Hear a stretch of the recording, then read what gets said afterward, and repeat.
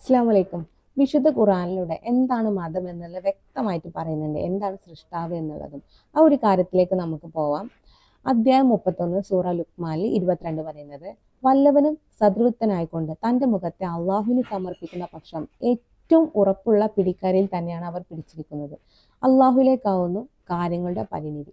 ഇവിടെ പറയുന്നുണ്ട്, നമ്മളെ മുഖം തിരിക്കേണ്ടത് എങ്ങോട്ടാണ്? അള്ളാഹുവിലേക്ക് എന്ന് ഇവിടെ പറയുന്നുണ്ട്. അവനിലേക്കാണ് കാര്യങ്ങളൊക്കെ കിടക്കുന്നത്. വല്ലവനും അവിശ്വസിച്ചുവെങ്കിൽ അവന്റെ അവിശ്വാസം നിന്നെ ദുഃഖിപ്പിക്കാതിരിക്കട്ടെ. നമ്മുടെ അടുത്തേക്കാണ് അവരുടെ മടക്കം. അപ്പോൾ അവർ പ്രവർത്തിച്ചതിനെ പറ്റി നാം അവരെ വിവരം അറിയിക്കുന്നതാണ്. തീർച്ചയായും അള്ളാഹു ഹൃദയത്തിലുള്ളതിനെ പറ്റി അറിവുള്ളവനാവുന്നു. അപ്പൊ നമ്മൾ മുഖം തിരിക്കേണ്ടത് ആരിലേക്കാണ്? നമ്മളെ ഹൃദയത്തിലുള്ള കാര്യങ്ങൾ അറിഞ്ഞുകൊണ്ടിരിക്കുന്ന, നമ്മളെ കണ്ടുകൊണ്ടിരിക്കുന്ന, കേട്ടുകൊണ്ടിരിക്കുന്ന സൃഷ്ടാവിനെയാണെന്നാണ് ഇവിടെ പറയുന്നത്. നമ്മൾക്കെതിരായി അല്ലെങ്കിൽ നാളെ നമ്മൾ മരിച്ചതിന് ശേഷം നമ്മൾ ഇത്ര കാലം ചെയ്തത് നമുക്കൊക്കെ വിവരം അറിയിച്ചു തരുമെന്ന് പറയുന്നുണ്ട്. കാരണം സൃഷ്ടാവ് എല്ലാം രേഖപ്പെടുത്തി വെച്ചിട്ടുണ്ട്. നാം അവർക്ക് അല്പം സുഖം അനുഭവിപ്പിക്കുന്നു, പിന്നെ കഠിനമായ ശിക്ഷയിലേക്ക് നാം അവരെ തള്ളിവിടുന്നതാണ്. ഇപ്പൊ ഭൂമിയിൽ വെച്ചിട്ട് സൃഷ്ടാവ് നമുക്ക് ബുദ്ധി തന്നിട്ടുണ്ട്, എന്ത് ചിന്തിക്കണം, എന്ത് ചെയ്യണം എന്നുള്ള വിവേകവും തന്നിട്ടുണ്ട്. എന്നിട്ട് അതൊന്നും നമ്മൾ മെയിൻറ്റെയിൻ ചെയ്യാതെ നമ്മൾ തോന്നിയ പോലെ ജീവിക്കാന്നുണ്ടെങ്കിൽ ഇവിടെ വെച്ച് നമുക്ക് സുഖങ്ങൾ അനുഭവിക്കും, എന്നാൽ പരലോകത്താവും അതിന്റെ ശിക്ഷ നമുക്ക് ലഭിക്കുക. ഇനി അധ്യായം 30 സൂറ റോമില് 30-ാമത്തെ സൂക്തം പറയുന്നത്, സത്യത്തിന് നേരെ നിലകൊള്ളുന്നവനായിട്ട് നീ നിന്റെ മുഖത്തെ മതത്തിലേക്ക് തിരിച്ചു നിർത്തുക. അള്ളാഹു മനുഷ്യരെ ഏത് പ്രകൃതിയിലാണോ സൃഷ്ടിച്ചത് ആ പ്രകൃതി അത്രേ അത്. അപ്പോൾ നേരത്തെ പറഞ്ഞത് തൻ്റെ മുഖത്തെ അള്ളാഹുവിന് സമർപ്പിക്കുന്ന പക്ഷം അല്ലെങ്കിൽ അള്ളാഹുവിലേക്ക് തിരിച്ചു നിർത്താൻ പറഞ്ഞു. എന്നാൽ ഇവിടെ പറയുന്നത് തൻ്റെ മുഖത്തെ നീ മതത്തിലേക്ക് തിരിച്ചു നിർത്തുക. അള്ളാഹു മനുഷ്യരെ ഏത് പ്രകൃതിയിൽ സൃഷ്ടിച്ചുവോ ആ പ്രകൃതി അത്രേ അത്. അപ്പം നേരത്തെ പറഞ്ഞത് അള്ളാഹുവിലേക്ക് തിരിച്ചു നിർത്താൻ, ഇവിടെ പറഞ്ഞത് മതത്തിലേക്ക് തിരിച്ചു നിർത്തുക. അപ്പൊ ഏതാണ് മതം? നിങ്ങളെ ശരീരത്തെ സൃഷ്ടിച്ച രീതി, അഥവാ ഏത് പ്രകൃതിയിലാണോ നിങ്ങളെ സൃഷ്ടിച്ചത് ആ പ്രകൃതി അത്രേ അത് എന്ന് പറയുന്നത്. അപ്പോൾ മനുഷ്യനെ സൃഷ്ടിച്ച രീതി എന്ന് പറയുന്നത് സൃഷ്ടാവിന്റെ അടിസ്ഥാന ഘടനയാണ്, അടിസ്ഥാന രീതിയാണ്. ഈ രീതി ബൈബിള് പറയുന്നുണ്ട്, ഖുർആന് പറയുന്നുണ്ട്, ഭഗവത്ഗീത പറയുന്നുണ്ട്. അതിനെ ഫോളോ ചെയ്യാനും ആ 3 മതഗ്രന്ഥവും പറയുന്നുണ്ട്. എന്നിട്ട് നമ്മളൊക്കെ ചെയ്യുന്നത് എന്താ? നിങ്ങൾ തന്നെ ആലോചിച്ച് നോക്കുക, നമ്മൾ എത്രത്തോളം അകന്നു പോയി സത്യത്തിൽ നിന്ന് എന്നുള്ളത്. ഇനി അതത്ര വക്രതയില്ലാത്ത മതം. പക്ഷെ മനുഷ്യരിൽ അധിക പേരും അത് മനസ്സിലാക്കുന്നില്ല. സത്യമാണ്, മനുഷ്യരത് മനസ്സിലാക്കുന്നില്ല.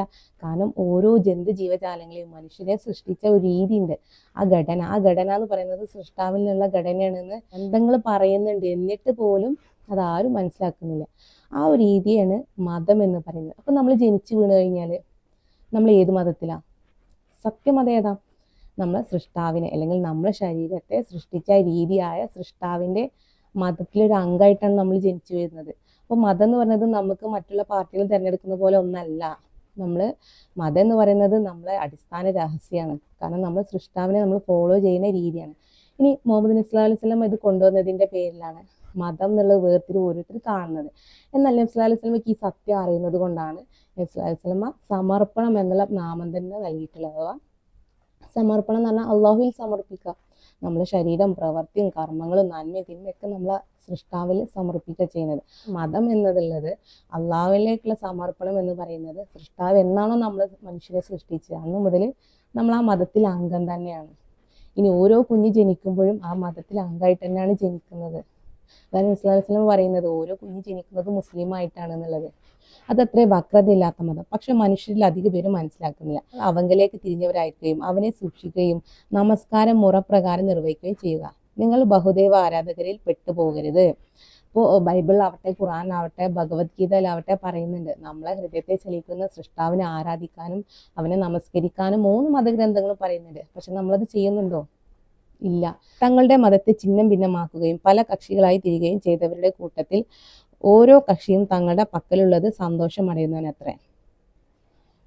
അപ്പോൾ ഓരോ കക്ഷികളും അല്ലെങ്കിൽ ഓരോരുത്തരും അവരെന്താണോ സ്വീകരിച്ചത് അതിനുള്ള ഫലം അവർക്ക് ലഭിക്കുമെന്ന് വ്യക്തമായിട്ട് പറയുന്നുണ്ട്. അപ്പൊ അധ്യായം 3 സൂറ ആലിമ്രാനിലെ 83-ാമത്തെ സൂക്തം പറയുന്നത്, അപ്പോൾ അള്ളാഹുവിന്റെ മതമല്ലാതെ മറ്റു വല്ല മതമോ അവർ ആഗ്രഹിക്കുന്നത്? വാസ്തവത്തിൽ ആകാശങ്ങളിലും ഭൂമിയിലും ഉള്ളവരെല്ലാം അനുസരണയോടുകൂടിയും നിർബന്ധിതമായോ അവന് കീഴ്പ്പെട്ടിരിക്കുകയാണ്. അവനിലേക്ക് തന്നെയാണ് അവർ മടക്കപ്പെടുന്നത്. ഇനി അതിൽ തന്നെ 85 പറയുന്നത്, ഇസ്ലാം ദൈവത്തിന് ആത്മസമർപ്പണമല്ലാത്തതിനെ ആരെങ്കിലും മതമായി ആഗ്രഹിക്കുന്ന പക്ഷം അത് അവനിൽ നിന്ന് ഒരിക്കലും സ്വീകരിക്കപ്പെടുന്നതല്ല. അധ്യായം 4 സൂറ അൻ-നിസാഇൽ 146 പറയുന്നത്, എന്നാൽ പശ്ചാത്തപിച്ച് മടങ്ങുകയും നിലപാട് നന്നാക്കുകയും അള്ളാഹുവെ മുറുകെ പിടിക്കുകയും തങ്ങളുടെ മതത്തെ നിഷ്കളങ്കമായി അള്ളാഹുവിന് വേണ്ടി ആക്കുകയും ചെയ്തവർ ഇതിൽ നിന്ന് ഒഴിവാക്കപ്പെടുന്നതാണ്, അഥവാ നരകത്തിൽ നിന്ന്. 125 പറയുന്നത്, സദൃഢനായിക്കൊണ്ട് തന്റെ മുഖത്തെ അള്ളാഹുവിന് കീഴ്പ്പെടുത്തുകയും നേർമാർഗത്തിൽ ഉറച്ചു നിന്ന് ഇബ്രാഹിമിന്റെ മാർഗത്തെ പിന്തുടരുകയും ചെയ്തവനേക്കാൾ ഉത്തമ മതക്കാരൻ ആരുണ്ട്? അള്ളാഹു ഇബ്രാഹിമിനെ സുഹൃത്തായി സ്വീകരിച്ചു.